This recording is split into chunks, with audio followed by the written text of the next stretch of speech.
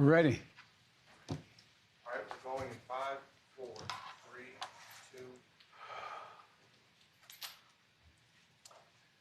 Thank you all so much for being here. We're so delighted to speak to you today and to hear your stories. It's my pleasure to start the first of what would be many conversations just like this led by our president.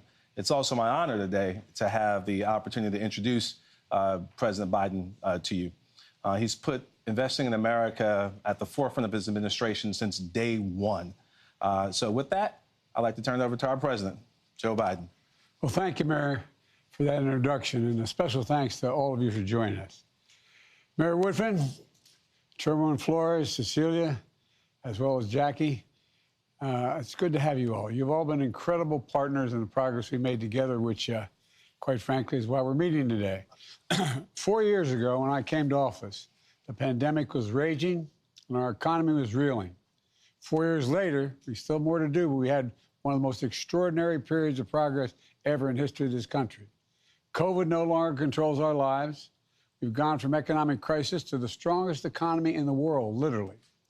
A record 16 million new jobs, record small business growth, record stock market, record high 401ks, wages are up, inflation is down, way down, and continuing to come down, and the smallest racial wealth gap in 20 years. I signed historic laws modernizing our infrastructure, bringing new chip factories back to the United States. We invented those chips. Lowering prescription drug prices and lowering them significantly, fighting the climate crisis and gun violence, so much more. But the bottom line is thousands of cities and towns all across America are seeing the great American comeback story, whether they're in red states or blue, all as part of what we're calling an Invest in America agenda. It's about seeking my commitment, speaking to the commitment I made as president, to be president for all Americans, whether you voted for me or not, whether you're in a red state or a blue state. And it's what's being highlighted. We're doing that today to highlight and show we're just getting started. In the weeks ahead, I'll talk with Americans all across the country about the progress we're seeing in their communities. Roads and bridges being built, lead pipes being removed from homes and schools, seniors saving significant money on prescription drug prices. And through the Investing in America agenda, we planted the seeds for a better future, and now those seeds are finally beginning to sprout. As a result, we're on the cusp of incredible progress and prosperity for the decade to come. That's why we're going to talk what we're going to talk about today. The story is about people whose lives are better in the future that we can be proud of. We're proving, once again, what I've always believed. We're the only nation in the world that's come out of every crisis we faced stronger than when we entered that crisis. We just have to remember who we are. We're the United States of America. And nothing's beyond our capacity when we do it together. So I'm going to stop there, and I'm going to turn it over to Mayor Benjamin, who I just saw recently, by the way, to get the conversation going. And by the way, Mr. Mayor, congratulations to that beautiful young child of yours. That's really, you're a lucky man. You tell me, is she already a supporter? She's a supporter, sir. Thank you, Mr. President. Well, God love you. But really, God love your wife. Yes, sir. At any rate, fire away. Go ahead, Randall. Mayor Woodfin, go ahead. Why don't you share with us your Birmingham story? Well, listen, first, would say we're very, very thankful to you, Mr. President, and your entire administration, which has allowed us as a city and a government to truly focus on putting people first. You know, over the last 4 years, as you stated, there has been an upswing. For us, wages, income, and employment have been on the rise in Birmingham. The average income has increased by more than $10,000, and we've exceeded pre-pandemic employment by over 17,000 jobs. So Birmingham is seeing job creation. We're seeing growth in innovative industries and opportunity. And I can say without a doubt that is directly related to the Biden administration for your investments and support. We're also tracking along national trends as it relates to small business growth and expansion. We've even created an Office of Business Diversity and Opportunity to be intentionally focused on minority and women-owned businesses. And so again, thank you to your administration. Our opera investment has stood up a COVID relief forgivable loan program where literally 9 out of every 10 recipients was either a Black or woman-owned business. And so again, driving what your administration has allowed us to accomplish, designated City of Birmingham being allowed to be designated as a tech hub has strengthened our recruitment efforts related to enhancing our innovation economy. There are a couple other notes I want to make. One is that as part of your administration's Good Job Challenge, we are training and placing up to 1,000 residents in healthcare careers. In addition to that, as the state of Alabama is the epicenter of the automotive industry, we're seeing a boost because of your Inflation Reduction Act. And because of those same investments in electric and batteries, in 2023, Alabama became the #1 exporter of motor vehicles in the U.S., which we shipped more than $11 billion in automobiles. These investments, Mr. President, helped us train workers right here in the city limits of Birmingham for more advanced manufacturing jobs. So it doesn't matter through small businesses, clean energy, advanced manufacturing, and healthcare. Our residents see more and more that they don't have to leave their hometown, their city limits, to get a good job because they can get one right here. And for us, in closing, that really means that the people of Birmingham are excited for a brighter future, excited to see themselves in it, their families, and for us, a great city. So we truly thank you. Well, Mayor, tell me, up in North Birmingham, which is, I think, primarily a minority community, what are you doing up there to revitalize things? So North Birmingham, first of all, it's kind of personal to me. I actually spent my first 11 years of life living in North Birmingham and went to North Birmingham Elementary. But this area has been historically disadvantaged. It is 100% minority Black. We're talking about low employment, as well as few resources for its residents. And so we were so excited to receive a $20 million grant as part of the Distress Area Recompete Pilot Program for this area. And so in this North Birmingham footprint, it is going to allow us to catalyze economic growth. We call it Reinvest Birmingham. This initiative, a little bit more detail, will allow us to rebuild something that's so important to all communities, our North Birmingham Library. And at this actual place, it affords us to create opportunity for learning and careers, as well as seeing a new workforce training site connected to this library for investments in entrepreneurship. And my favorite part, because it's part of the national conversation, is a child care facility. All right. So that's it, Mr. President. It's a game changer for us. Well, I'll tell you what, I can see Frederick Douglass' book behind you. He's proud of you right now, and your library. Well, look, Yes, sir. boss. Sure. So thank you so much, Mayor Woodfin, for your leadership. Now I have a chance to call on Ms. Jackie Trapp from Muskego, Wisconsin, to share her story with the president. Thank you, Mr. Mayor and Mr. President. I'm Jackie Trapp, a former social studies teacher turned family caregiver. And in 2015, I was diagnosed with an incurable cancer, multiple myeloma. Both the cancer and the chemotherapy caused blood clots, heart attacks, and strokes. So I'll likely be on the critical blood thinner Xarelto for the rest of my life. The new negotiated price of Xarelto, because of the Inflation Reduction Act, is a tremendous win for countless patients like me who rely on this previously cost-prohibitive medication to live. Prior to the Inflation Reduction Act, my out-of-pocket drug costs ranged from $15,000 to over $21,000 a year, every year for 9 years. My energy to fight my cancer was diverted to finding ways to fund my prescriptions. It became my latest occupation, really. Excuse me. But on New Year's Day, when everybody was ringing in the new year, I actually celebrated my first fill of prescriptions, knowing that the $3,300 I paid was going to be my total for the year.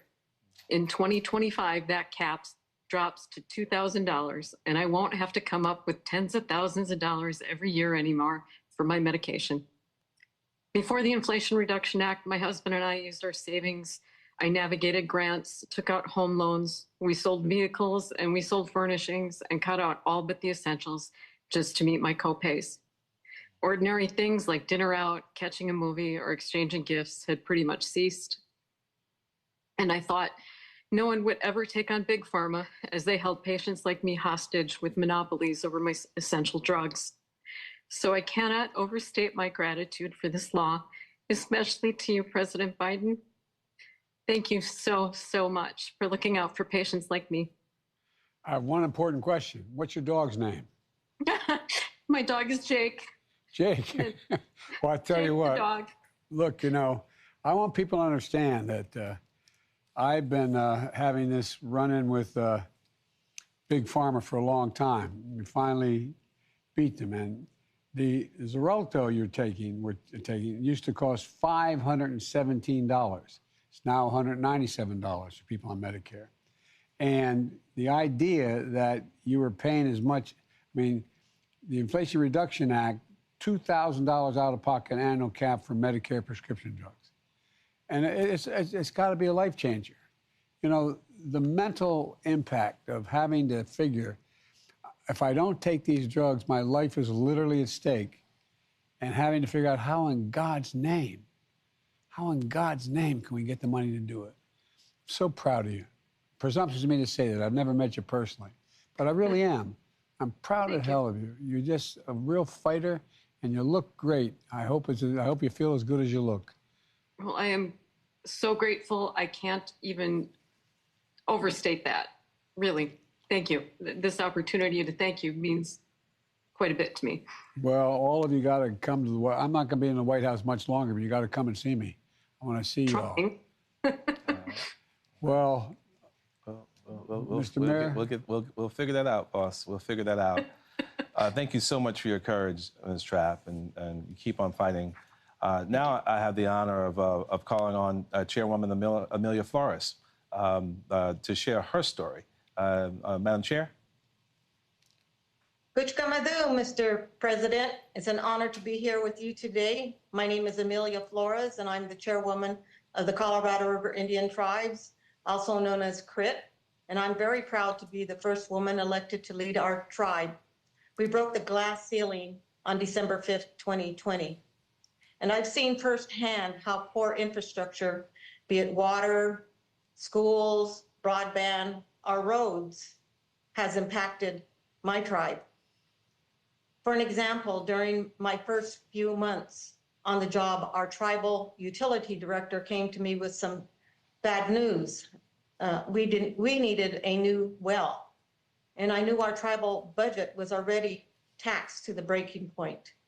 And there was no way we could have pulled this off until you passed the ARPA and bipartisan infrastructure law. ARPA helped us fix the broken well, and BIL provided more than $7 million to build new wells and improve our distribution system. Phase 1 is completed. The well is once again serving 1,850 homes and businesses. And when we complete Phase 2, the new well and distribution system will be able to deliver safe and reliable water to more than 1,000 additional homes and businesses in our community. This project will allow us to address the housing shortage on our reservation. That means more families can live together on our tribal land. It helps our businesses and our economy grow. Together, that strengthens our culture and, most importantly, our sovereignty. The well and water treatment plant will have a long-term impact in our community. And I am grateful for your leadership in making that all happen, Mr. President. well, I'm grateful to you. And by the way, I learned a long time ago from a friend of mine from Hawaii, a senior senator, when I got elected as a 30-year-old kid to the Senate. He said, Joe, it's Indian nations, Indian nations. And that's exactly how you're handling it. That's how it's treated. And the sovereignty is real. And you need the help. You need the help. And let me ask you a question, Chairwoman. Sure. How are these investments helping your community see a brighter future for themselves and their families? Is there anything just beyond the water? Is it the mere fact that the water's there, that's why everybody's excited? Or it's that you're able to begin to fashion your own destiny a little bit? Well, thank you, Mr. President, for that question. And certainly, with the monies that had come from ARPA and the bipartisan law, it allows for more people to return back to the reservation, because many of our tribal members leave the reservation to find work. And when they leave, they oftentimes take their families with them. And then eventually 20, 30 years after, they want to come back home. And that's hard because we don't have the housing or the infrastructure for them to come back. And we haven't been able to do that for them. So with this project, with the new wells and upcoming water treatment system, we will have cleaner and safer water.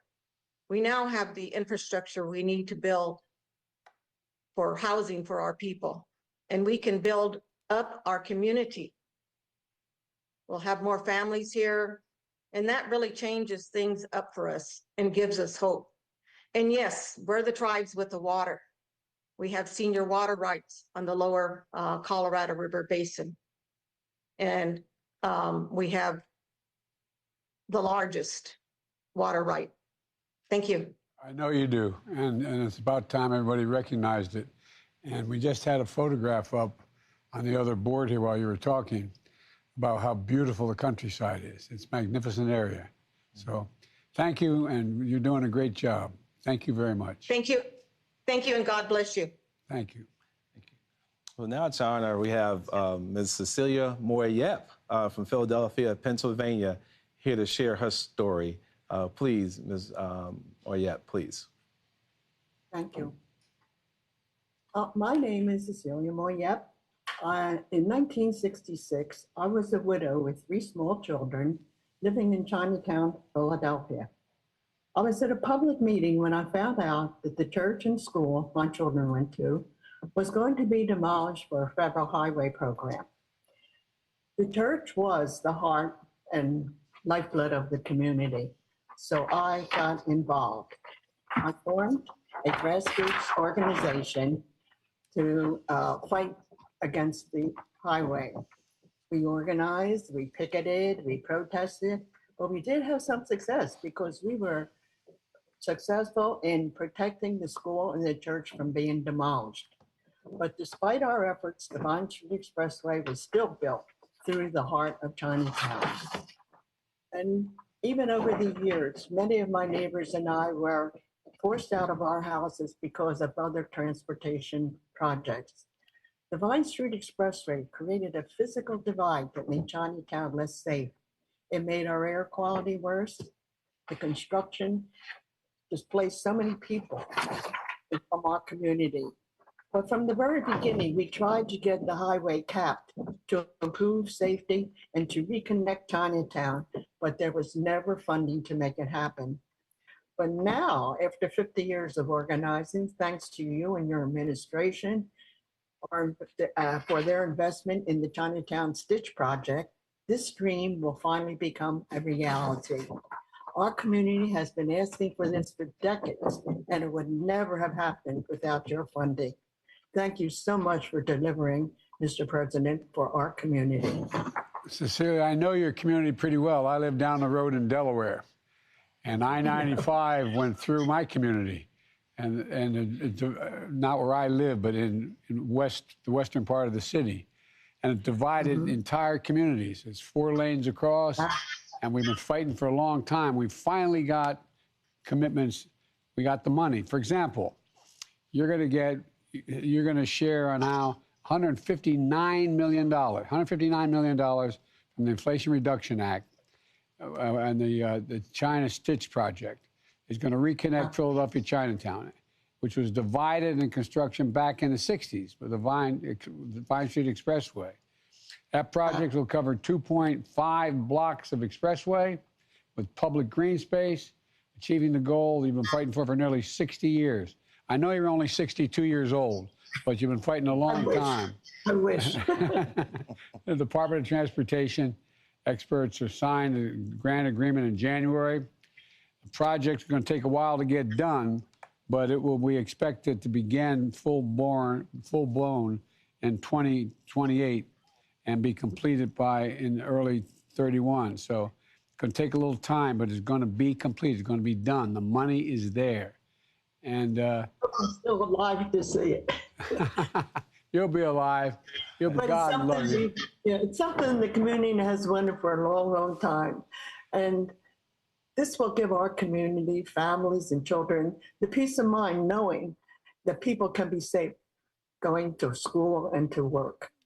It means a lot to know that the federal government listened to us and is helping us to build a brighter future for families right here in Chinatown.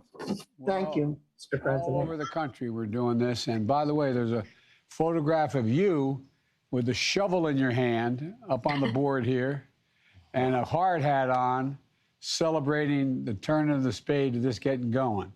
Now, what I don't want you to do, I don't want you working beyond 5 o'clock at night, though, okay? You got to promise me you'll be home. That's hard because when you're doing community work, it's always at night. That's true. God love you. Cecilia, I'm so proud of you. I really am so proud of you. Presumptuous of me to say that, but I am. Well, thank you all very much. All the families deserve to have things that we shared today, not just the poor in our community. Peace of mind, having clean and safe water, affordable medicine, stay healthy, safe roads and bridges to connect communities rather than divide them, and so much more. All Americans deserve a future worthy of their dreams. And that future we're building today, and we're doing it, and we're able to afford to do it. Turning setbacks into comebacks, that's what America does. And I want to thank you for what you're doing. And I'm excited about sharing your investment stories with all of America. Seeing more of them in the weeks and months ahead to let people know we can do anything in America. We really can. And we can afford to do it. Instead of giving billion-dollar trillion-dollar tax cuts to the super wealthy, let them start paying their fair share. Let them make sure look, all people want in America is just a shot, just a chance, just to be treated fairly and equally. And that's what you all are doing. That's what you're all part of. And I hope I get to see you all in person one of these days. So thank you, thank you, thank you. God bless you all. Thank you. May God protect our troops. What more should Netanyahu be doing, sir? President Biden.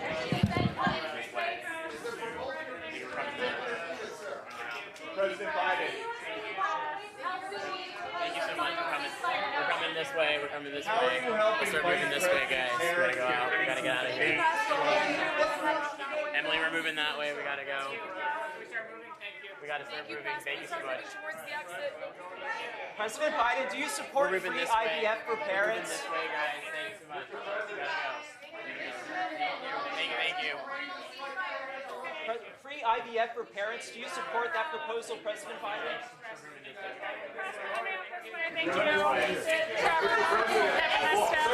Thank you. Thank you, Chris. Thank you. Thank you. Mr. President, will high grocery prices decide the election, sir? We invite you to the briefing room, President Biden. Thank you so much for moving this way. Appreciate it. Moving out there.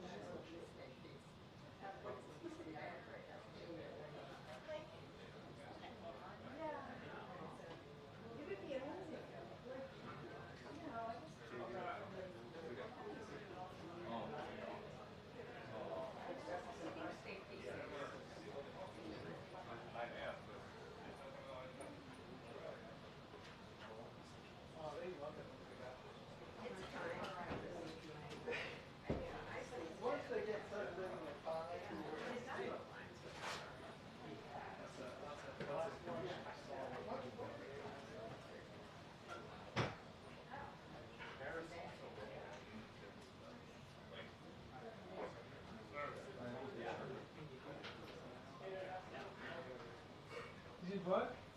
Not yet. I'm gonna call our travel team after and do it. That's is the one that you picked. Got it. At the event. So, Which means we have to do that. I don't want to fly. I don't want to stay on the So fly the and then I'm going to fly to Detroit and eat. Fly out to Detroit Thursday night. I'm gonna have to come back to DC. So you have to drive back to me. We can just drive there and drive back. All right, so I should rent the car because I'm gonna be driving. Well, I'm going to drive back. Right. I'm going to drive back to you. Oh, but you're going to. Wait, you're going to Minneapolis and from Minneapolis to Detroit. Correct. Wow. Awful. I think I have it worse, but I'm not sure. I mean, my whole thing though is like once I'm traveling unilaterally, just okay. Let me just. I'm all done. The idea of coming back to DC Thursday night, just to like wake up and go to JPA. I will do it though and send you like final confirmation. Let's go Ravens. Yes, sir. Don't be hating on that. Don't be hating. Hey, are you? I didn't know that.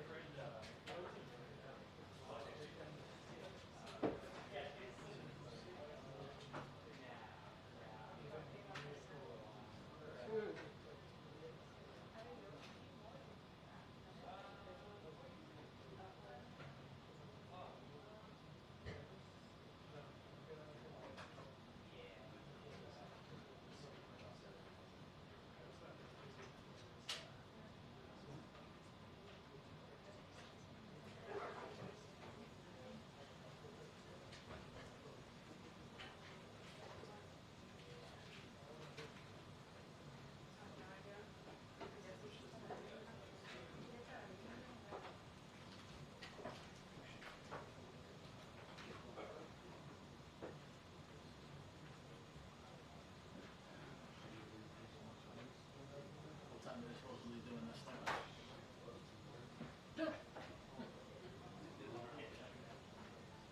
Yeah. How's that working out? Sure. You turn on his transmitter up here.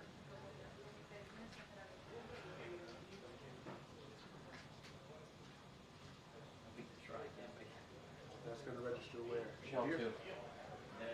Hold on. 1, 2, 3, 4, 5. 1, 2, 1, 2, 1, 2, 3, 4, 5. Cool. I changed it to that frequency. They knew that was your camera. I didn't change it. Yeah, thank you. Appreciate it.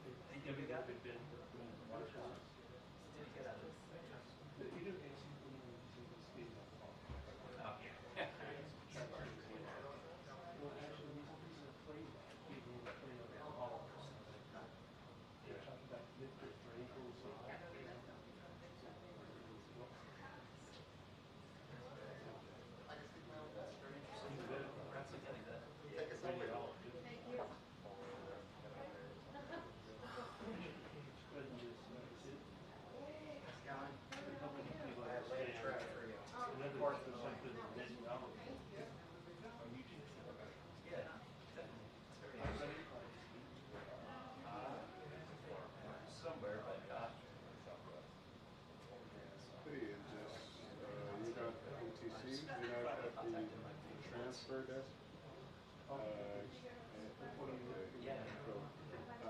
So my shot is coming from inside the White House. The cuts camera on the ground. Can we move that to a TMAP screen? I was just on TMAP 2, but now the head on just saying but on the Fox camera, I can see that. So if we have one available. See my hand in front of the camera.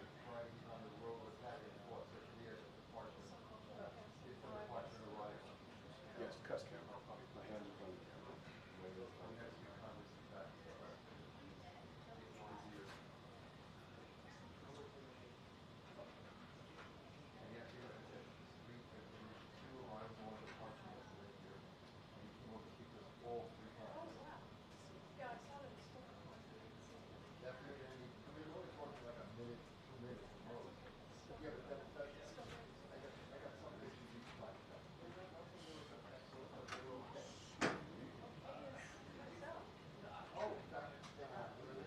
Thanks, sir. Appreciate you.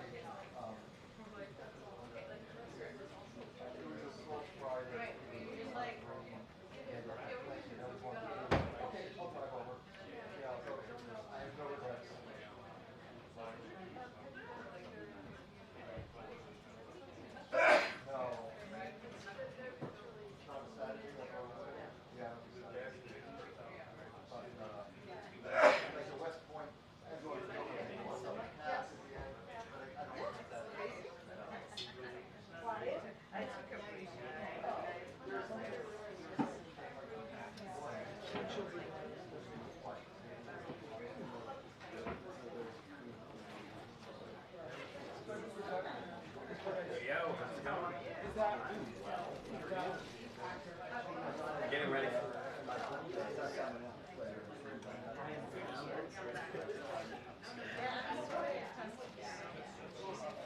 No, it's all good.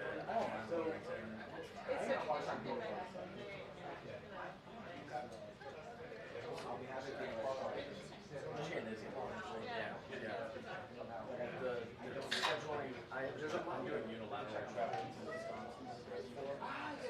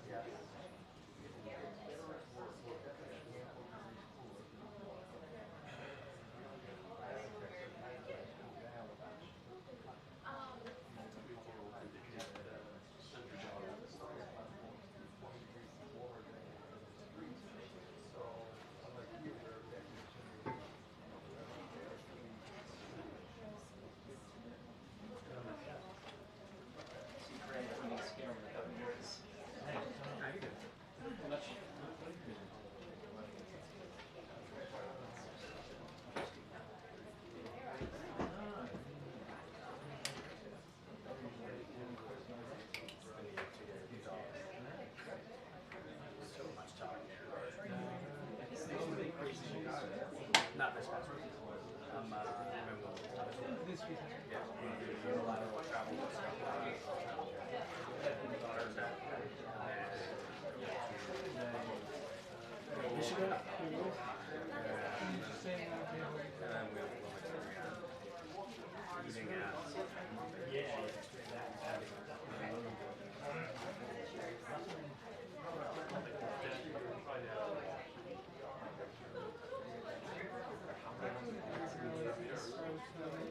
And why one of the people who needed like emergency first responder help? And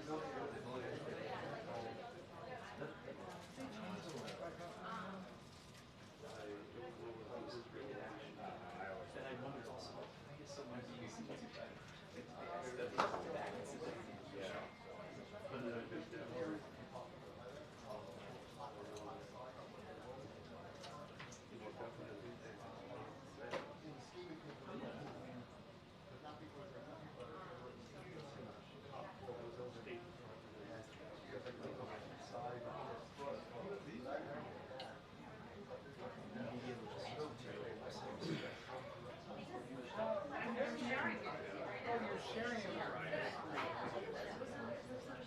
Oh, is that they filled it up? There is a new password. I think I can just teach you. Is it difficult?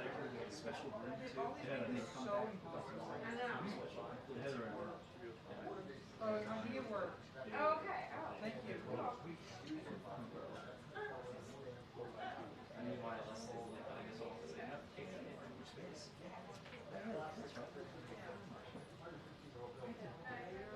You're back? Good. Trust briefing will begin in 2 minutes. The trust briefing will begin in 2 minutes.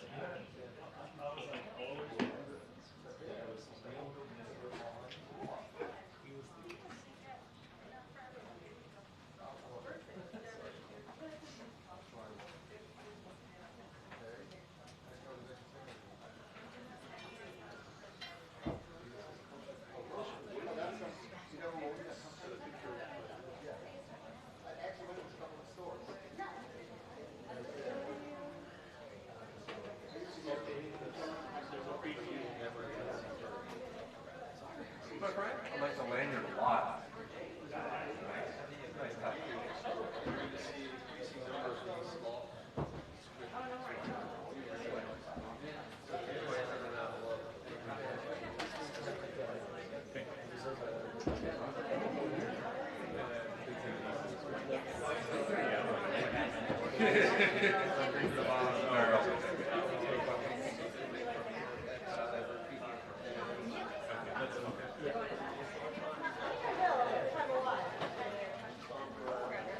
How are you?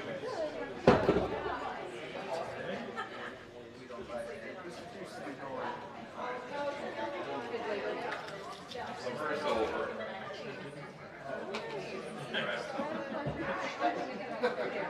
Yeah.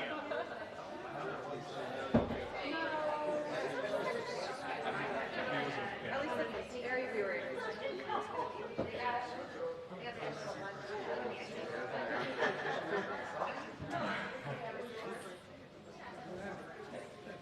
My game a little bit here.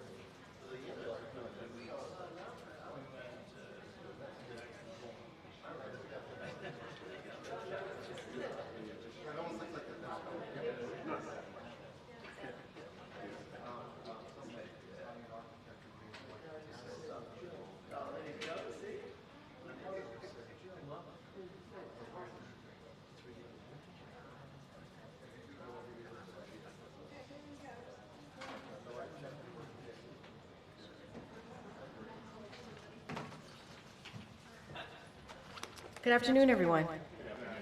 And welcome back. Okay, just a couple of things, and then I'll turn it over to our guest. Today, President Biden spoke virtually with people from across the country who shared how the Biden-Harris administration's Investing in America agenda is benefiting their lives and how it is planting the seeds for a brighter future for their community. The call included local elected officials, community leaders, and people who are benefiting directly from the Biden-Harris administration's agenda, including from lowering healthcare and energy costs, local economic development, once-in-a-generation investments into America's infrastructure, and competitiveness, and so much more. This is the first in a series of conversations President Biden will have in the upcoming weeks. He will talk about how the Biden-Harris administration's historic agenda is creating jobs and opportunity, strengthening communities, lowering costs, and building a better future for Americans. Looking ahead to the president's schedule for the rest of the week, on Thursday, the president will travel to Wisconsin. On Friday, he will travel to Michigan. During these visits, the president will highlight how his Investing in America agenda is ensuring a brighter, more prosperous future for families. And now I am thrilled to introduce Secretary Tom Perez, former Secretary of the Department of Labor, obviously, Director of Intergovernmental Affairs, to talk about his engagement and what he's experienced on the ground, talking about investing in America, and also talking a little bit about what the president was able to do moments ago. Excellent. All right. Thanks, Karine. Good afternoon, everyone. It's great to be here with all of you. As you heard from Karine and you saw recently, a few minutes ago, quite frankly, from the President, President Biden kicked off the first in a series of engagements to highlight the impacts of his Investing in America agenda. In addition to the travel that was described to Wisconsin and Michigan, he will have conversations on a regular basis with American families who've been positively impacted by the historic investments of the Biden-Harris administration. He'll also hear from mayors, local elected officials, community leaders, and others about how these investments have transformed their lives and their communities. And as a senior advisor to the President and the director of our Office of Intergovernmental Affairs, I work closely with state and local elected officials, with union leaders, faith leaders, community leaders. I've had the privilege, to make a long story short, of making a lot of house calls in communities across the country over the past 15 months or so, and observing how they've been transformed by this Investing in America agenda. You're well aware of the historic progress that the Biden-Harris administration has made in job creation, healthcare access, and so many other critical areas. Behind every statistic, I learned a long time ago, is a real person, a family, a community that's seen progress and seen hope. When I went to Wausau, Wisconsin, for instance, I joined the Pfau family in front of their home that they've owned for over 40 years. And for as long as they lived there, they'd been drinking lead-contaminated water. Through funding from the bipartisan infrastructure law, they had their pipes removed and replaced by union labor, I might add. One of their young grandkids even helped switch on the new water service line. Thanks to the President, 3 generations of the Pfau family now have access to clean water. No family should have to worry that the water from their tap will poison their kids or their grandkids. President Biden and Vice President Harris know that a fighting chance at the American dream includes access to clean water, and have made this historic commitment to replacing every lead pipe in America, in homes, in schools, over the next decade. In the Osage Nation in Oklahoma, I met a mom who had moved off the reservation in search of opportunity. She didn't want to leave, but she needed to find work. After our administration invested $40 million to deliver affordable, high-speed internet to the Osage Nation, she returned home and got a job installing the fiber optic cables that will bridge the digital divide across the reservation. She loves her work, and she loves serving her community. In today's world, high-speed internet is like water. It's an essential public good that should be affordable and accessible to everyone. It's also a healthcare imperative. I learned this from meeting a woman who runs a health clinic in rural Wisconsin, and explained that telemedicine is a critical element of their healthcare delivery, especially mental health treatment. If our patients lack high-speed internet, she explained, they lack health care, because for all too many people who don't have a car, it's way too far to drive. And as she explained, tragically, the gaps can have literally life and death consequences. That's why the President and Vice President have made unprecedented investments to connect Americans in every corner of our country to high-speed internet so that a person's zip code never determines their destiny. In Macungie, Pennsylvania, I met with union members and company leaders and elected officials at the Mack truck plant that, thanks to significant federal investments, is retooling to produce clean energy trucks. For instance, they are manufacturing electric garbage trucks for municipalities that are trying to meet their clean energy goals. They even let me test drive one. I used to work on the back of a trash truck when I was in college, and that was kind of a thrill, parenthetically. But in communities like Macungie, one of the greatest fears that parents have is that their children will have to leave town to chase opportunity, to find a good job. These investments in Macungie and in other communities like Macungie across the country are changing that equation across America. Grandparents don't have to get on a plane to see their grandkids because their sons and daughters have gainful employment in local union shops like the Mack truck plant. An IBEW member from Alaska told me a while ago that, thanks to the infrastructure investments from the Biden-Harris administration, he has work for the rest of his career. And his son, who also is now a member of the union, has work for years to come. I frankly heard the same thing yesterday from union members in Pittsburgh when I traveled there with the president. The sense of hope and optimism is indeed contagious. I was with Mayor Turk in Allentown, Pennsylvania, and he introduced me to the De La Rosa family, a hardworking family that was struggling to make ends meet because the dad had some health issues and was having some challenges. But thanks to funding from the American Rescue Plan, they were able to move out of their very small apartment that didn't meet their needs into a subsidized, newly constructed townhouse apartment that finally gave their family some breathing room. Their son David, who is 18 years old, gave me a tour. And his highlight, as he said to me, and I remember this like it was yesterday, Tom, I've never had a backyard before. And he showed me the backyard. First time they ever had one. And by the way, he's got a full ride to UPenn, just started last week.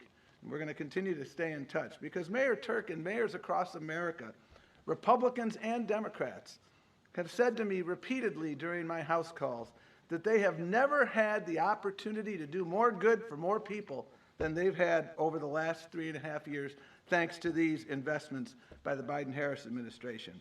And I'll note that business leaders have expressed a similar sentiment. As a former labor secretary, I have a habit of talking to businesses, and I always ask them the same question: what keeps you up at night? The most frequent response I hear these days is workforce. We have a workforce shortage. We have so much opportunity. We need to make sure that we build the skilled workforce to compete.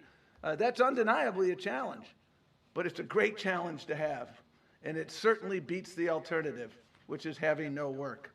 And one of the glaring lessons I've learned from my travel and conversations with these mayors is how prior waves of infrastructure investment actually created or exacerbated opportunity divides in communities across the country.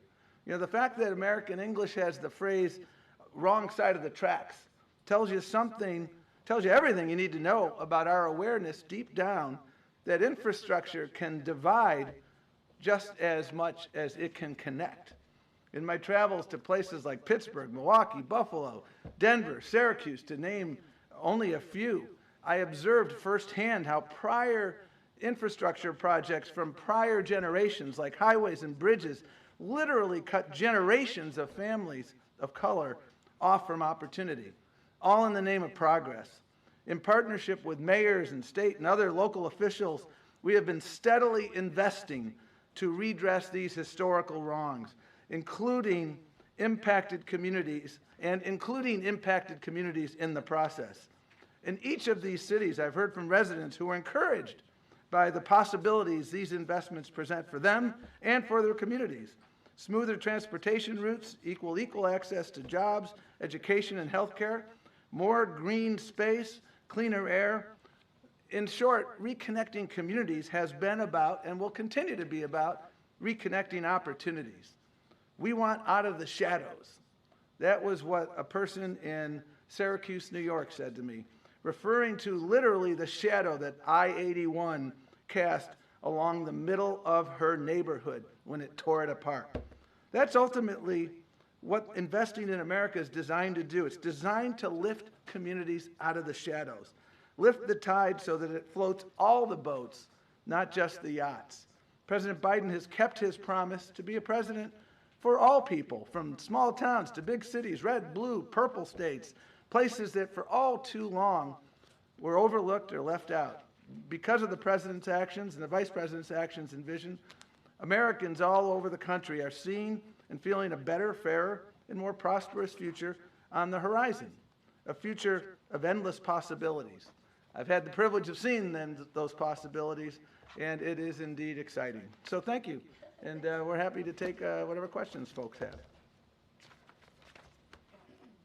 Thank you. Thanks for being here. Just on the Investing in America agenda that you were talking about, is there anything you can share on just how the president's thinking about these projects, these goals might have shifted, how he may be sort of reorienting himself since he decided not to seek a second term, for example? Are there projects that he is now viewing with added urgency than compared to a couple months ago? Well, I think the president views every project with urgency because he knows that behind every project is a community clamoring for change and hope and opportunity.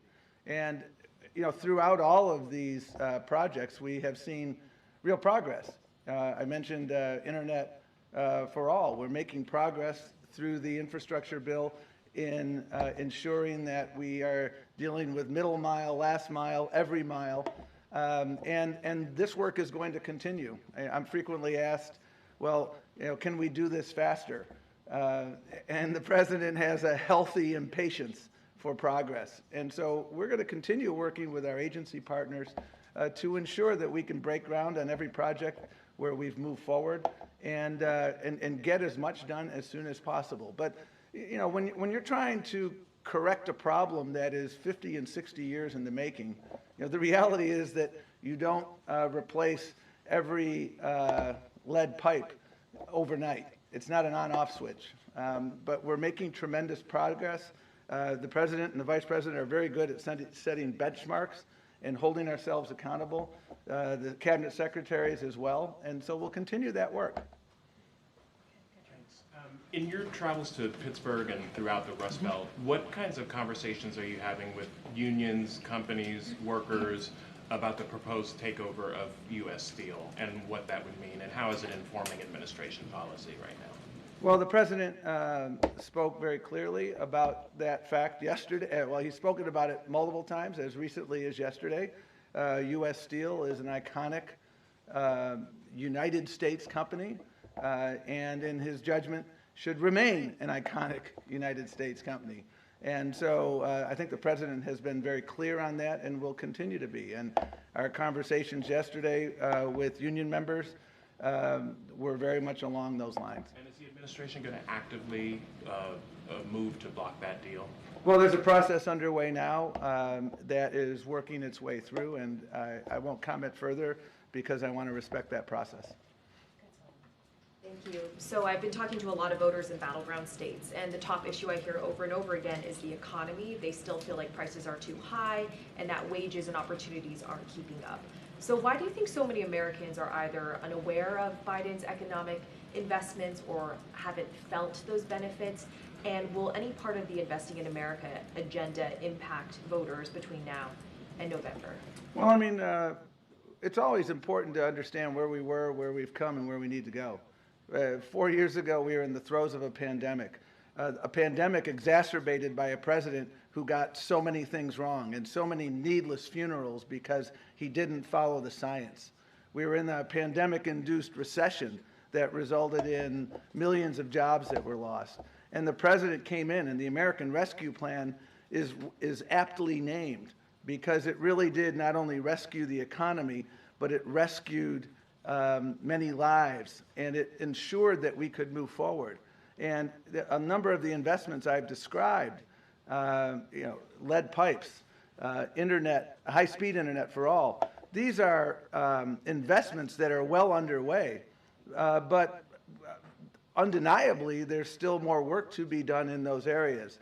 When you look at wage growth is growing by more than the rate of inflation, which means now people are making more than the cost of living, so they have more money in their pockets. And what we need to continue to do, because people are living their lives, they don't, I understand this because I've spent a lot of time, at kitchen tables, and people don't spend the amount of time devouring politics that, some folks here in Washington do. They're living their lives. And the purpose of this tour, quite frankly, is to remind people, because I can't tell you the number of times people look at a community center in a city or a town and they were unaware that that community center got built in no small measure because of money from the American Rescue Plan. So, we undeniably understand that there's more work to be done, but at the same time, as people understand where we were and where we've come, I see excitement everywhere about where we're going. I'm hoping you can expand on this a little bit. Sure. Is the purpose of this tour to promote policies that were already passed to build public enthusiasm for the president's agenda? And obviously you're a political preacher who was a former DNC chair, and I don't want you to violate any rules. But is it a coincidence that the president is going to two critical blue wall swing states for the first stops on this tour? Well, the first speaker today was Randall Woodfin, the mayor of Birmingham, Alabama. We're not looking at red or blue. We're looking at red, white, and blue. If you look at where infrastructure dollars, if you frankly follow ARPA dollars, follow every funding stream, you can't disaggregate red states, blue states. The president has said repeatedly, and the vice president have said, we are the president and vice president for everyone. In my travels that I described, I've been to Oklahoma, I've been to Texas, I've been everywhere where we are seeing investments. And the purpose of this, and it kind of gets back to the most recent question here, is educating people about what has been accomplished. People have a right to know how their taxpayer dollars are being spent. And a big part of this tour is to educate folks that your library that didn't used to have high-speed internet, and I've been to one of those libraries, and it now has it. And by the way, libraries are workforce hubs in many communities because that's where people go to do interviews. That's where people who are, don't have a computer at home go to write their resumes and things of that nature. Educating people, I think it's a really important part of governance. It's a really important part of making people believe that government can work for them. And so that's what this tour is about. And just the Wisconsin and Michigan being the first. Well, again, Birmingham, Alabama was the first conversation he had. Zoom and Air Force One landing. Well, I think if you look at the president's travel and the vice president's travel over the course of this year, when there's a hurricane or a storm, a weather event in Iowa, we were on the phone with the governor of Iowa approving an emergency declaration overnight. Same thing in Texas and Oklahoma and elsewhere. Storms don't just go to blue states or red states. Storms go everywhere. And that's been the focus of the president, the vice president. Thank you, Secretary. I want to put two things together that you said. Sure. You said the purpose of this tour is to remind people what the president has done for them. You also said taxpayers have a right to know how their tax dollars are being spent. So how much, can you account for what the budget is for the Biden promotional piece, of the reminding voters of what the president has done for them, this Air Force One travel, the events that he's been holding versus spending that money back in their communities? Well, it's minuscule compared. Look at the investments that have been made over the course of the last 3.5 years. They are unprecedented in scale and scope. And I can take you to virtually every community across the country, and we can take a tour, and you can see where ARPA dollars were put to bear, where you now have a new housing project. The project in Allentown, Pennsylvania, was ARPA dollars and some HUD dollars, and they were put together. And so I think it's really important for folks, and again, it gets back to her question of a few minutes ago, to educate people about the fact that government can work. There have been a lot of folks over the course of a long period of time who have tried to shake people's faith in government. And if there's one thing I've seen over the course of the last 3.5 years, and I'm also a former local elected official, when you're working with mayors and county executives and they're able, and you're working together with them, they're the people that get seen in the supermarket and and your local church or your mosque or your synagogue.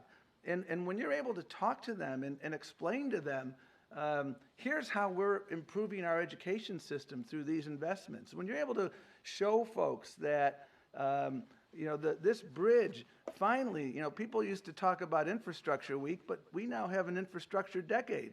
The Brent Spence Bridge is not an idle hope. It's about to break ground in the months or so ahead because of work from actually Republican and Democratic people coming together. Why should taxpayers foot that bill to burnish the president's legacy? Should campaign dollars? This isn't a legacy issue. This is about educating the American people about what we're doing and what we're accomplishing so that they can see the fruits of their taxpayer investments. Hi, Tom.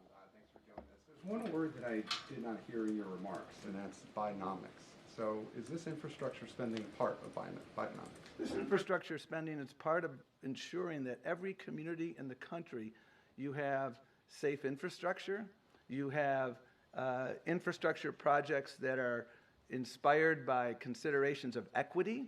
So you're not building I-43 and I-94 in Milwaukee by taking out 15,000 black homes and 1,500 black businesses.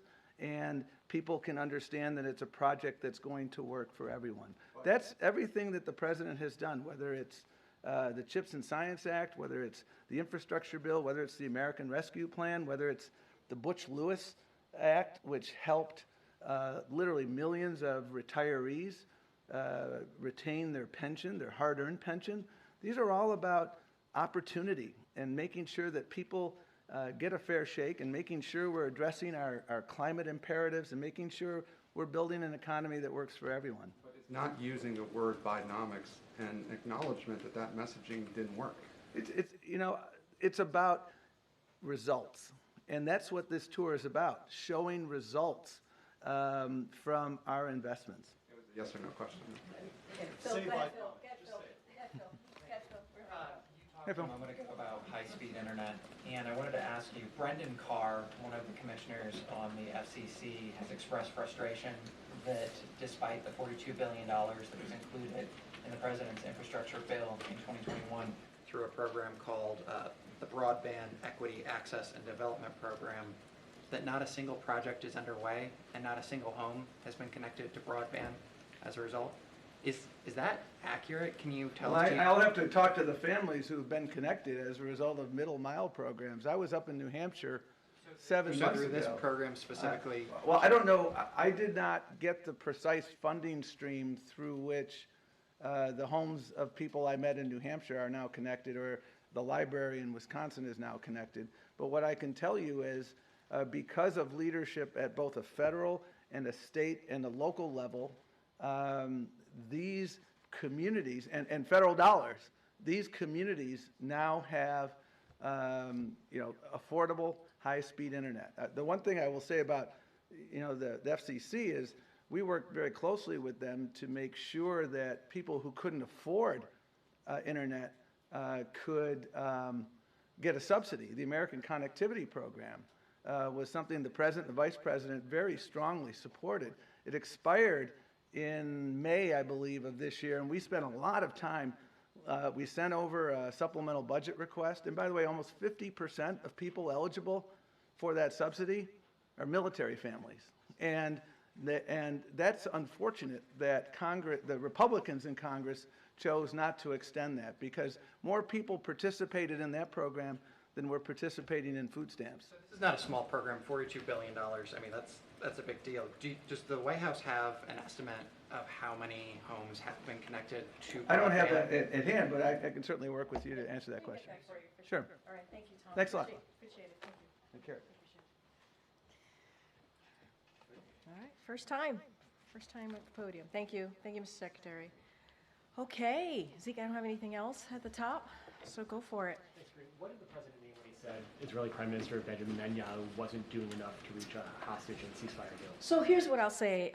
He was asked a question by your colleague, a direct question, and he answered it. What I will say, I think more broadly, which is important to note, and the president said this in his statement over the weekend, is that make no mistake about it, Hamas leaders are going to pay for these crimes. And he and his team, for sure, will keep working around the clock to get this hostage deal done. And this is a president that has been pretty clear about that. He's spoken about making sure that we get this hostage deal done. He's met with the hostage families, all of them. We know that the National Security Advisor, Jake Sullivan, is going to have a conversation with the American hostages this week. And so this is something that we are working again around the clock, 24/7. This is something his team is really steadfast, making sure that they're continue to be focused on this. And look, our teams are in constant conversation with the Israeli government on all levels on a daily basis. And I think that's important to note as well. But we will make no mistake as to who is responsible for this, and this is Hamas leaders. Specifically to my question, what did the president mean that Benjamin Netanyahu is not doing enough? I don't have anything more to add. The president was asked a direct question. He answered that question. What I can say is that, what I can say is this, is that we have made it very clear. The president over the weekend made it very, very clear as to who is responsible. It is devastating. The heinous acts that we have seen by Hamas is devastating. And those 6 hostages, their families are grieving. The president was very clear about that in his statement over the weekend, and he's going to continue to work around the clock. And that's the focus of the president and this administration. On a different topic, the president yesterday also said that he was a little remorseful that the Secret Service wouldn't let him go into the crowds the way he once was as a candidate. Was that in response to any specific change, or just has something changed in terms of the security around the president, or is that just So I did see the president say that. I would have to refer you to the Secret Service to speak to the president's comment. That is something that when it comes to the president's security or any of the security of the 4 principles, I can't speak to that from here. You have to speak to the Secret Service. Cecilia. Thanks, Karine. Kirby said that President Biden has been very personally involved in the ceasefire negotiations. Can you give any color on any meetings he's had today on the Middle East? Any meetings with his aides or foreign leaders on this today? So, as I said, his aides are in regular touch on a daily basis on this particular issue of trying to get this hostage deal. It is a priority. It is a must. We want to get this done. The president, as you know, and the vice president were in the Situation Room yesterday, meeting with a few of their advisors of this administration to talk about next steps, to talk how we're going to move forward here. We talked about how we are also continuing to engage with our co-mediators, which is Egypt and Qatar. That continues. And so the president gets daily updates from his team. He had the PDB this morning and got an update from his team then. And so he is, and has had, even during the past 2 weeks, we have read out multiple conversations that the president has had with leaders in the region, including Egypt and Qatar. So that is not going to end. The president focuses on that on a daily basis. He is passionate, committed, wants to see this happen, and his team is working around the clock to get this deal done, and that's what we're going to focus on. The president was the last person to face Donald Trump on the debate stage. Vice President Harris will be doing so in a week. Has President Biden shared any pointers or advice to the vice president? So as you know, they were together yesterday. They were shoulder to shoulder, right? As they have been in the past 3.5 years, working on behalf of the American people. You certainly will continue to hear, as we heard from Secretary Tom Perez, on what we're going to do to continue to make sure we deliver on the unprecedented results that we've gotten for the American people. Look, what I can say, and I'm going to be super mindful, because there is the Hatch Act, as I say all the time. I know you guys love me saying that. The best choice, this is the president that said this, the best choice that he's ever made is to pick the vice president as his running mate. And so he is certainly is very proud of the Vice President and has been has seen her as a critical partner over the last 3.5 years. They talk regularly. They talk very much regularly. You saw them yesterday, and they certainly stay in touch. I just don't have anything beyond that to share. Go ahead, Trevor. What more could Prime Minister Netanyahu be doing to get a deal done in the president's view? So look, I don't have anything to add or any color or anything more specific to add to what the president said yesterday. Again, he was asked a direct question. He answered it. Don't have anything else to add. What we're going to continue to do is continue to have conversations on next steps with our co-mediators, as I mentioned moments ago, Qatar and Egypt, to figure out how to move forward. We are committed, this president is committed to making sure that we get a ceasefire deal. We got to remember what this means. This means that it ends the war. The president wants to see this war ended. The president wants to see the Palestinian people continue to get relief. We want to up the assistance into Gaza to the Palestinian people, and we want to get hostages home. We want to get hostages home to their family. And what we, the story that came out over the weekend of these 6 hostages, obviously one of them being an American citizen, is devastating. It's devastating. It was a devastating news and heinous act that we saw by Hamas. Does the president regard any of the Israeli demands that have been put on the table during these negotiations as unreasonable? I'm not going to negotiate from here. As my colleague from NSC, Admiral Kirby, said as well, we just are not going to negotiate from here. We're not going to go point by point here. We are looking at all options, as we have said before, and we're going to continue to have those consultations with co-mediators, Qatar and Egypt. I just don't want to get ahead of that from here. Does the president see Prime Minister Netanyahu as a good faith actor in these negotiations? Look, the president sees the prime minister as someone he has known for some time now, for decades. They tend to have honest conversations, direct conversations. I'm going to not get into a yes or no here. I'm going to get into what I know their relationship to be. And I think that's what's important. The president wants to get this done. And I'm just going to leave it there. Okay, and when is the president going to speak to the prime minister next? I don't have anything to read out. As you know, over the past several months, almost a year now, the president has talked to the prime minister several times, and we have read out those conversations. I just don't have anything else beyond that. And I also added a couple times moments ago that our team here talks regularly to the Israeli government on all levels on a daily basis, because we want to get this done. We want to get this done. You referenced the president's statement over the weekend saying that Hamas leaders will pay for their crimes. Are you making a specific reference to actions the U.S. is planning to take to ensure that that will happen? So I'm not going to get into, as you know, we just don't telegraph those types of things. We wanted to send a clear message, and we did. The latest events were heinous. There were heinous murders.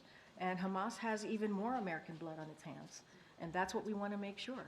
And as you stated to me, Hamas leaders will pay for this crime. I'm not going to telegraph from here, from this podium, what that's going to be. That's not something I'm going to do from here. But we wanted to make it very clear about who's responsible and how, and where the United States is on this. So you are saying that you are referring to that outcome coming from the U.S.'s actions. Can you just clarify whether you're talking just generally about eventually Hamas will pay for what they have done, or are you talking about the administration ensuring that something will happen, action will be taken to make sure that Hamas leaders will pay for I'm not going to crimes? go beyond the statement. As I said, Hamas leaders will pay for this crime. What we saw over the weekend was the latest heinous murder. And that's what it was. And so we are going to be very clear on calling that out. If anything, Hamas has even more American blood on their hands, even more. And so we're going to continue to be really clear. I'm just not going to go beyond that statement, beyond what I'm saying here. I'm not going to telegraph anything from here. And we wanted to make the president, in his statement, I think was pretty clear, but we do not telegraph on what that could look like. And just following the death of another American hostage, can you talk to us about where the administration is now on the idea of some kind of deal, some kind of attempt to rescue just the American hostages, not as part of a broader package? No, I understand the question. I know that's come to us a couple of times. I'm not going to get ahead of what we're trying to do right now, which is get a ceasefire deal. I don't want to get into hypotheticals at this time. I'm just going to be super, super mindful. We are going to focus, continuing to have our conversations, consultation with Qatar and Egypt on the next steps on how to get this done. It is a priority for us, and so not going to get beyond the hostage deal that we're trying to get at this time. Is the president concerned that there could be another moment, another day when he learns that an additional American hostage has been killed as he's working on this deal? I mean, he's the president of the United States, and he cares about American citizens. He cares about innocent people. And this is why he's been working around the clock with his team. His team has been leading this effort and working around the clock in getting this deal done, of course. And we can't predict what's going to happen next. We can't. And so, these are dynamic situations. And so we have to continue to work around the clock to get this done, and that is the president's commitment. I don't think I've seen you in the briefing room before. It's nice to be here. Yeah. What's your name? It's Scott McFarland. Hi. Oh, that's right. Hi. Good to see you. Let's talk about this some more. Yeah. This is lovely. Sure. Let's go have some back and forth. Hey, Scott. Last month, the president, in an interview, said he's not confident at all about a peaceful post-election in America. What's the White House's concern about unrest, baseless challenges to election certification, and is the administration doing anything to prevent or protect against danger? So I'm going to be really also very thoughtful here, not get ahead of what's going to happen in the upcoming months. I think, and going back to the answer that the president gave, if you saw what happened on January 6th in 2021, I think any president who cares about our democracy, who cares about our freedom, who cares about free and fair elections, who truly cares about that, would be concerned. You can't be blinded by what happened under the last president. You can't be blinded or forget what happened on that day when 2,000 mobsters, or not mobsters, but a mob of 2,000 people attacked the Capitol. They did. They attacked the Capitol. And they were told to go after the former vice president. And they were told that the elections that had just occurred, that dozens of Republican judges said it was free and fair, and the results were the results. They didn't believe in that. And so that is a scary thought. That is a scary thought. The president obviously is going to do everything that he can to protect our democracy, to protect our freedoms, to protect the free and fair elections. And, and that's what he was talking about. All you got to do is go back 3 years and see what happened and see what the former president did and what he led, But obviously, I'm not going to dive into the specifics of that. There's an investigation, but we heard from the former president what he said directly, and so I'm going to be super mindful. But the president said it himself. He has concerns. So there's a lot at stake here, something that I've said before. And we know that the American people, we saw this in 2022, they care about our democracy. They care about freedoms. This is something that they truly want to see protected, and that's something that the Biden-Harris administration is going to continue to work on to protect that democracy and freedom. Okay, Gabe. Thanks, Karine. Does the president support the 10,000 hotel workers that went on strike? So we have seen the reporting of what's currently happening with Unite Here. The president was out and about yesterday with the vice president in Pittsburgh on Labor Day, which is something that Obviously, the president, when it comes to labor, when it comes to being the most pro-union president, he is very proud to have that title. Look, so what I can say as far as Unite Here and the 10,000 workers, I believe in 24 or 25 hotels that we're talking about now. We support collective bargaining. That's something that the president has said throughout his career and believe it's the best way for Americans, American workers and employers to come to agreement that works for all parties. All workers, including hospitality workers, should have good jobs with fair pay and benefits that give them the opportunity to provide not just for themselves but also for their families. And that's what the president wants to see. So what we will encourage, this is what we've done before when we've seen these types of strikes, is we encourage for folks to come to the table, negotiate in good faith towards reaching a strong contract. And that's what the president believes, and that's what the president wants to see. Has the White House been in touch with Turkish authorities over the attack on the 2 Marines in Turkey? So obviously we're troubled by the assault that we have seen, that you all have been covering on the U.S. service members, and are happy to hear that they are safe now and have returned to the USS WASP. I believe the National Security Advisor was going to put out a statement, Jake Sullivan, on this. If he hasn't, I'm sure it's coming shortly. We appreciate the Turkish police, the actions that they have taken. This is a serious matter, and we are holding those responsible accountable, and they are holding, to be more clear, those accountable responsible. And so for anything more on details or specifics on what's happening, what the Turkish government is doing, or Turkish police is doing, I would refer you to the Department of Defense, who also put out a statement on this as well. Okay, Peter. Thank you, Karine. In the president's public comments, why is he harder on Benjamin Netanyahu than he is on the terrorist leader of Hamas? The president has been very, very clear about Hamas leaders and what they have done. He was very clear on October 7th. He has been very clear multiple times thereafter on what Hamas has done. And they have, it is a heinous murder of what they did recently. And what they did on October 7th, and what they, more than 1,200 souls were taken, and then hostages were taken. That's why we're trying to get this deal done, to get people home to their families, including American hostages. And we're continuing to be very, very clear about that. He was asked a question, he answered it directly, but Hamas is responsible. They have more American blood on their hands. The president was clear about that in his statement, and he has been over almost a year now, has been very clear about that, and will continue to be so. A different topic. Since when does the vice president have what sounds like a southern accent? I have no idea what you're talking about. Well, I mean, this is...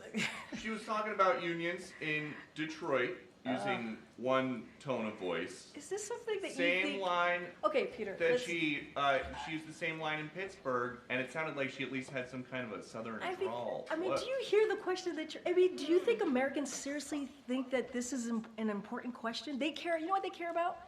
They care about the economy. They care about lowering costs. They care about health care. That's what Americans care about. So that's what they want to hear. This is something... They care about, your colleague just asked me about what basically we talked about, went back and forth about democracy and freedom. That's what they care about. I'm not even going to entertain some question about the president. It's just hearing it sounds so ridiculous. Well, but hearing it is... The question I'm talking about, the questions is just insane. Is that how she talks in meetings here? I'm just... Peter, we're moving on. We're still moving around. Go ahead, Anita. Thanks. Starting with Ukraine and this recent attack, has there shifted the administration's response to Ukraine's request to be able to do long-term strikes in Russia? And then just quickly, when the General Assembly happens, we understand that Zelensky's going to come to the U.S. Is he going to meet with President Biden and Vice President Harris? Your last question, you're jumping way ahead of me. I don't have anything for you as far as President Zelensky specifically attending, not attending. That's something that you would have to talk to the Ukrainian government. What I will say is the latest strike is obviously it's horrific. It's a reminder of Russia's brutality. It's something that we cannot forget. It is also critical that the world continues to stand with Ukraine as they are fighting for their sovereignty, as they're fighting for their freedom. And so what we can say from here is that President Biden has been very clear for his support for the Ukrainian people, and that continues to be unshakable. And that's what I can say. As far as our policy, to your first part of the question, nothing's changed. I don't have a change of policy to speak to. The moon. Shooting for the moon. President of China is coming to the APEC meeting in Peru. President Biden is expected to attend. Are they going to meet? I know National Security Advisor Jake Sullivan spoke to this when he was doing his press conference and when he was in Beijing, I believe last week. I lose track of days and time sometimes. And so I don't have anything to share beyond on what the National Security Advisor shared during his press conference. So I'll leave it there. The president returned from Pennsylvania yesterday. He made a statement to the pool about not getting back out into the large crowds, that the Secret Service saying essentially that it was too dangerous. Can you clarify? Yeah, I was just asked this question, I believe, by Zeke, your colleague, moments ago. I don't have anything else to share beyond what I just shared with Zeke. I believe you asked me these questions. Okay, good. But I just don't have anything to share. No, you have to, this is, when it comes to the president's security or any of the principals, Secret Service, you have to talk to Secret Service about that. They can share more if they choose. He is going back on the campaign trail this week, so nothing has changed. Nothing has changed as far as his travel. We are going to be out there. As you just heard me speak to him going to Wisconsin on Thursday. He's going to be in Michigan on Friday. We just got back to your point in your question when he was answering answering a question or making a statement yesterday. He was in Pennsylvania. He's looking forward to it. He's looking forward to being out there, speaking directly to the American people, talking about what we've done this last 3.5 years. And so he's excited about that and wants to continue that. The Vice President released a political ad this morning where she mentioned that price gouging is a problem in the United States when it comes to grocery prices. And I wanted to see if there's anything that the Biden-Harris administration is doing to address price gouging, if there are targets in mind, and sort of the activity that the administration has around this issue. So look, obviously, we have been very much, an administration has focused on lowering cost. That is something that we continue to do. As one of the most recent events that the president and the vice president had was indeed talking about how to lower prescription drugs. And so that is something that you know that we've done and over the past couple of years. As it relates to the campaign, as it relates to the ad, I got to be mindful. Just I have to say this at the top. Harris campaign can speak to specifically to the ad, but we have made some progress in lowering prices, as I just mentioned about the Medicare, what we've been able to do with beating back pharma and lowering some prices there when it comes to health care. And they have taken on price gouging. This is something that we have done here in this administration, including partnering with state attorneys generals to crack down on anti-competitive behavior in grocery and agriculture markets. That is something that we have done in the past 3.5 years in this administration. And so obviously it's something that we have focused on. What we want to do, and this is an issue that Americans care about, the economy, we want to continue to lower costs for Americans. We want to make sure that big corporations and billionaires pay their fair share, and we want to make sure that we build an economy that works for all, from the bottom up, middle out. This is all connected, and what the president and this vice president has tried to do over the 3.5 years. Because the White House believes that price gouging is, despite the efforts that you described, that price gouging continues with grocery prices. Yes, we've talked about this. We have seen, now to be clear, we have seen grocery prices come down over the past year or more, and so that is important. And a lot of that is the work that's been done from this administration. The president has called out companies, right, who we know were doing just that, raising the cost. But what we believe is that we want to make sure that Americans are not played for suckers. You've heard the president say this. They are not played for suckers, and that we're going to continue to do everything that we can to protect them. And so, again, we've done work on dealing with price gouging, working directly with state attorney generals to crack down on certain actions that we have seen, and we'll continue to do that. other topic. It was striking, at least to me, to see the White House tweet out a photograph of the president yesterday meeting with his hostage team in the Situation Room.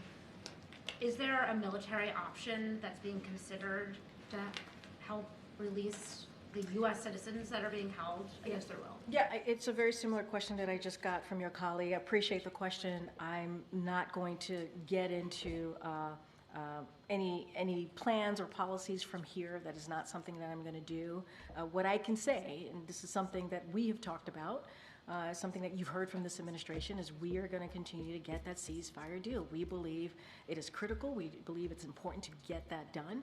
We want to see this war end. We want to see hostages come home, including American hostages, come home to their families. I just don't have anything beyond or outside of working around the clock to get the ceasefire deal. You're not pulling out the idea. I'm not. I just cannot get into that from here. What I can speak to is the ceasefire deal that we've been working on to get. We believe we're closer and closer, and that is our focus. That is the president's focus. I'm not going to speak to military operations. I'm not going to do that. That's not something that I could do from here. I would never do that. Never telegraph anything like that from here, and not from this podium. And so that's what I can say. Our focus, ceasefire deal, working continuously with our co-mediators, Qatar and Egypt, on next steps on getting to that hostage deal. That's our focus, okay? What's the White House reaction to the UK's decision to withhold some arms from Israel over those concerns about that they would be used essentially to violate international law? So I know that they've spoken to this, the UK government, so certainly I would refer you to the UK on their own determination and what that actually means, what standards under the UK law specifically, and how it's been applied here. So that is something that they have to speak to. I just don't have anything beyond that. On the White House side, has there been any conversations with the UK about what that means, and does that have any impact? Does this kind of decision have any impact on the goal of getting a ceasefire deal? So look, what I can say is we're going to continue to try and work and get on a ceasefire deal. That's our focus. That's what we're going to continue to do. If you're asking me if we were giving a heads up by the UK government, we were given a heads up by the UK government. But this is something this is their determination. This is something that they have to speak to and how they get to that decision. We are determined to get and committed to get the ceasefire deal. Our commitment to Israel's security remains ironclad. That is something that we're committed to, and we've said this. We've said this from this podium many times.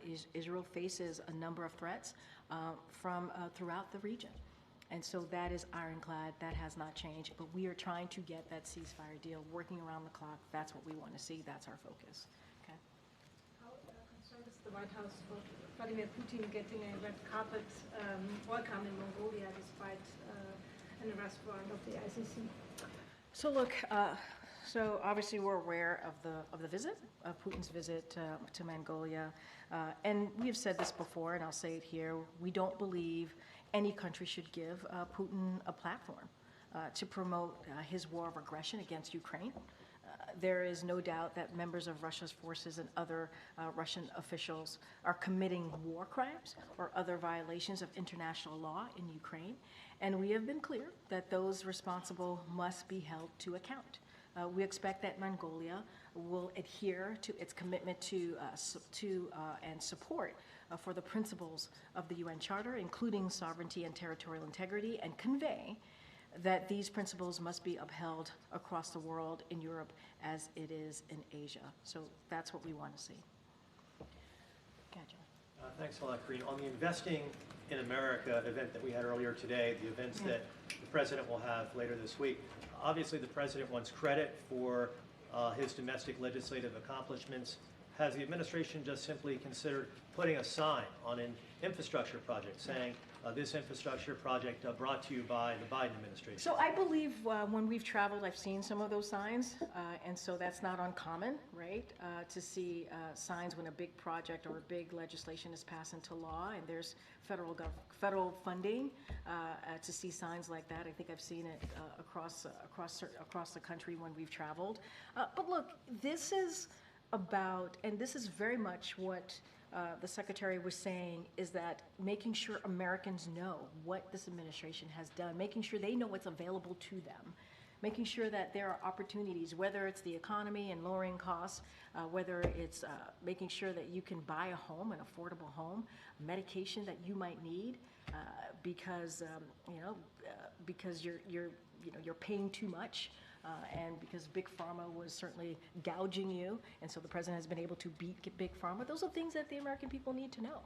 They need to know what this administration has done, and this is what we've been doing the 3.5 years. Yes, we're talking about Wisconsin, we're talking about Michigan, and obviously the president was in Pennsylvania yesterday, but this is one of the things that the president enjoys doing, being out there talking directly to the American people, and also making sure that news gets there, right? That gets there about what this administration has done, and what we will continue to do in the final 4 months of his term.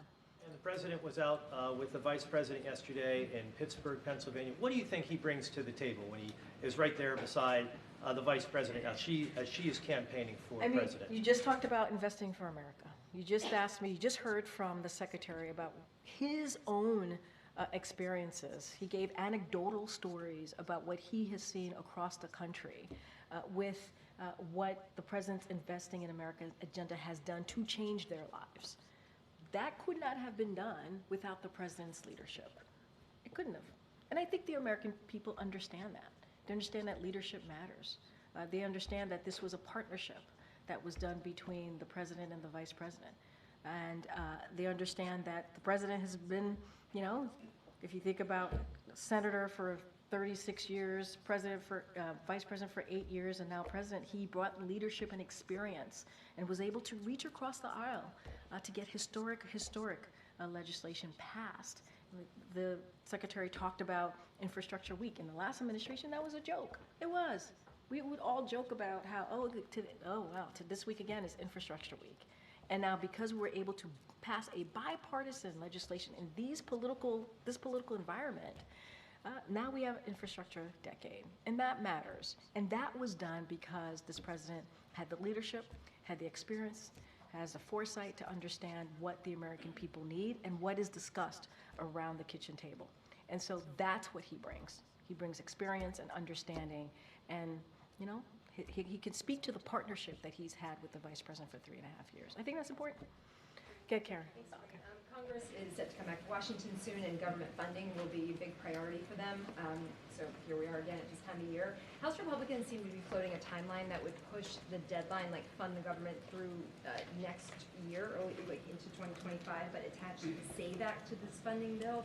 What is the White House position on the timeline of that, and including that at this point? So, look, and you're right, here we are again, another time period during this year, this time of year, I should say. Look, House Republicans need to stop wasting time on extreme policies and do their job and keep the government open, and they could do that by passing a clean CR. A clean CR. This is something that they can do. And so, look, we said it in a statement of an administrative policy. We said this in July. We strongly oppose this Republican stunt. And as fact checkers across the board have made clear, it is already illegal for non-citizens to vote in federal elections. It's already illegal. If congressional Republicans truly cared, if they really cared about fixing the broken immigration system and securing our border, they would actually pass this bipartisan proposal that came out of the Senate. Instead, they got out of the way because of what the former president said to them. Donald Trump said, do not pass it. Do not move forward with this proposal. So we want to see a clean CR. That's what we want to see. And what kind of outreach is the White House doing with the Hill at this point? And does the president have any plans to engage with congressional leaders? Look, I don't have anything to speak to as it relates. We don't have anything to speak to as it relates to the president's engagement specifically on this issue. As you know, we have an Office of Leg Affairs. That Office of Leg Affairs is in constant contact with members in Congress about an array of issues, important matters that the American people care about, and so we're continuing to do that. All right, everybody. Thanks. See you tomorrow.